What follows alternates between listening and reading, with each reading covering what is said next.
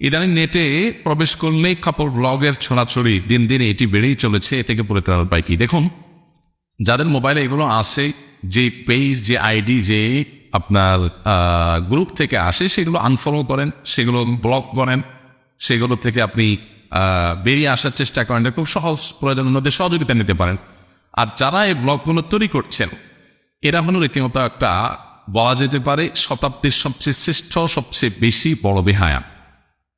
কারণ এই শতাব্দীতে যত বেহায়াপনা হচ্ছে, এর ভিতরে এই বেহায়াপনাটা যাদের মধ্যে হচ্ছে, তাদের মধ্যে বেহায়াপনার বোধটুকু পর্যন্ত নাই। স্বামী স্ত্রীর একান্ত মুহূর্তগুলোকে ভিডিও করে করে মানুষকে দিচ্ছেন, আপনার বউকে মানুষ সামনে উপস্থাপন করছেন। কেন? কিছু ভিউ কামানোর জন্য, অ্যাডসেন্স করে কিছু পয়সা কামাই করবেন সেজন্য।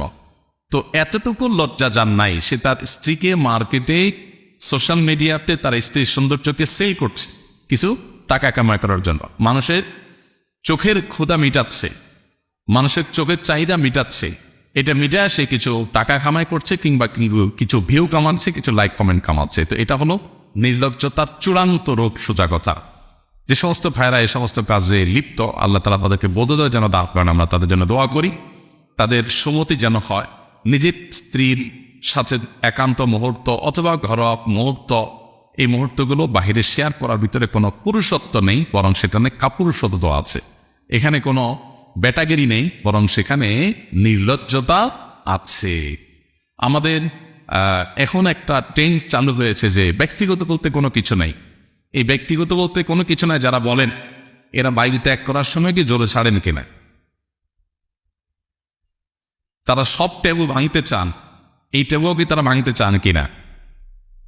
মানুষ আপনার ওয়াশরুম করে নির্জন জায়গা, এরা চাইলে সেখানে ওয়াল তুলে গ্লাস লাগিয়ে দিতে পারে, যাতে চারপাশ থেকে দেখা যায়। কারণ এই যে মানুষ ব্যক্তিগত কিছু কাজ লুকানোর চেষ্টা করে, এই চেষ্টাটা যদি দোষিত হয়, তাহলে ওই ক্ষেত্রে গ্লাস লাগানো উচিত তাদের, তারা অন্তত শুরু করা দরকার। তো বোঝা গেল যে তারাও সব ক্ষেত্রে সব ট্যাবু ভাঙতে চান না। তো স্বামী স্ত্রীর ঘরোয়া আলাপ সালাপ, ঘরোয়া বিষয়গুলোকে লোকচক্ষুর সামনে নিয়ে আসা, ভিতরে কোনো ব্যাটাগিরি নাই, আছে নির্লজ্জতা। এখান থেকে সমাজের ভালো কিছু বয়ে আনবে না, মন্দ কিছু ছাড়া। আল্লাহ তাআলা আমাদেরকে বোঝার তৌফিক দান। আমাদের মহল্লার প্রচলিত একটি বিধান আছে যে বিয়ের দিন বউকে শ্বশুর বাড়ি আনাকে আবশ্যক মনে করা হয়, না আনলে চলবে না। এটা কি শরীয়তে আছে না এটা কি সুন্নাহ সম্মত? বিয়ের দিনই বৌমাকে শ্বশুরবাড়ি উঠে নিয়ে আসতে হবে, এমন কোনো বাধ্যবাধকতা নেই। বিয়ের দিন আনলো, পরে আনলো, আদৌ শ্বশুরবাড়িতে আসলো না, থার্ড কোনো প্লেসে গেল, এগুলোর সাথে শরীয়তের হারামের কোনো সম্পর্ক নেই। যদি কোনো এলাকায় এরকম কোনো প্রচলন থাকে, এটা এলাকার প্রচলন হতে পারে, শরীয়তের কোনো বাধ্যবাধকতা এক্ষেত্রে নাই।